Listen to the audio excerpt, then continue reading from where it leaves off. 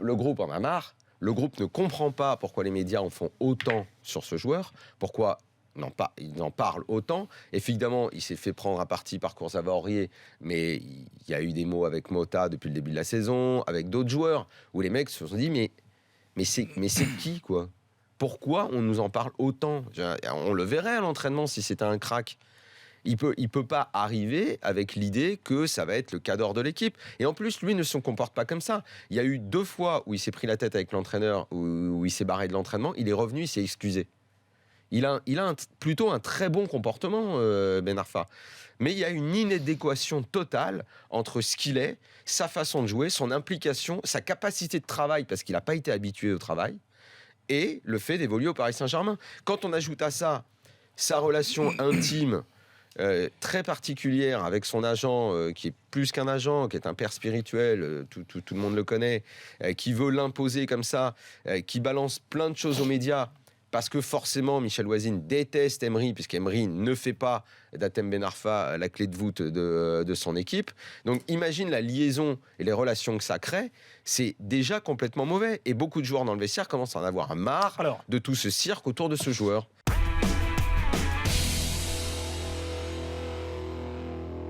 La vidéo ne va pas changer le fait qu'il y aura toujours une interprétation. Il y aura une interprétation face à une image. Ça sert s'il y a encore une interprétation. Eh bien, ça peut aider. Est-ce que toi, Daniel... Non mais, sérieusement, quand tu regardes un match, t'as pas plus d'éléments pour juger qu'un arbitre qui n'en a pas ? Je parle des images. Bah non. Avec les ralentis. Non. Bah absolument pas, parce que je suis pas sur le terrain. Et je vais te dire, quand tu es sur le terrain, tu as beaucoup plus d'éléments. Mais parce que quand tu regardes une image, justement, tu regardes plus d'éléments. Loïc, quand tu regardes un match à la télé, tu le comprends mieux que quand tu es au stade ? J'ai pas dit ça. J'ai dit que quand t'as une action litigieuse, quand t'entends le bruit, le son, quand t'as tous les éléments et que ça fait partie des éléments quand t'es dans ton salon. Je suis d'accord. C'est pas la même chose. 15 ralentis différents. T'as pas plus d'éléments. S'il te plaît. Pas du d'éléments tout. supplémentaires que Pas l'arbitre. du tout. Rappelle-toi le Brésil-Norvège de 98. C'est à la 20e, 15e caméra qu'on a compris où était la faute. Et 5 jours plus tard. On n'était peut-être pas au niveau d'aujourd'hui au niveau caméra. Moi, je vais venir à ton secours. C'est pas le Moyen-Âge, 98. Moi, je vais venir à ton secours, mais je vais compléter ton avis. Ton avis, c'est l'arbitrage vidéo mérite sa chance. Moi, je te le complète, je vais te dire oui, l'arbitrage vidéo mérite sa chance pour qu'on voit qu'il est inapplicable.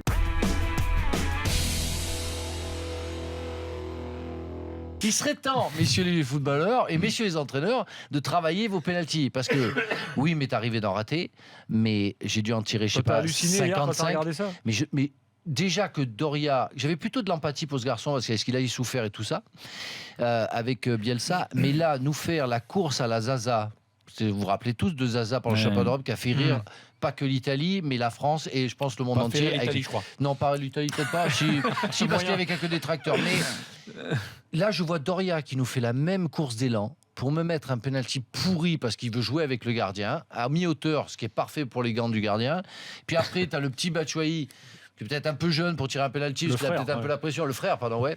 Le frère, ça à la limite, là, sur Doria, ok, mais sur lui, c'est pas de sa faute. C'est à l'entraîneur de pas mettre un gamin comme ça à ce moment-là.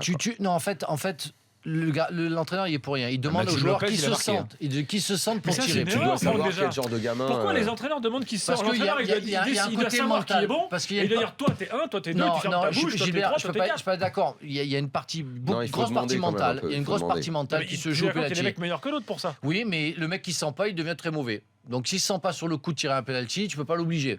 Moi, j'étais un peu casse-cou, j'avais envie de tirer, mais je sais pas, t'es pas là pour t'amuser avec un gardien. C'est important de marquer un penalty, surtout que ça semble quand même plus facile de marquer que d'en arrêter un.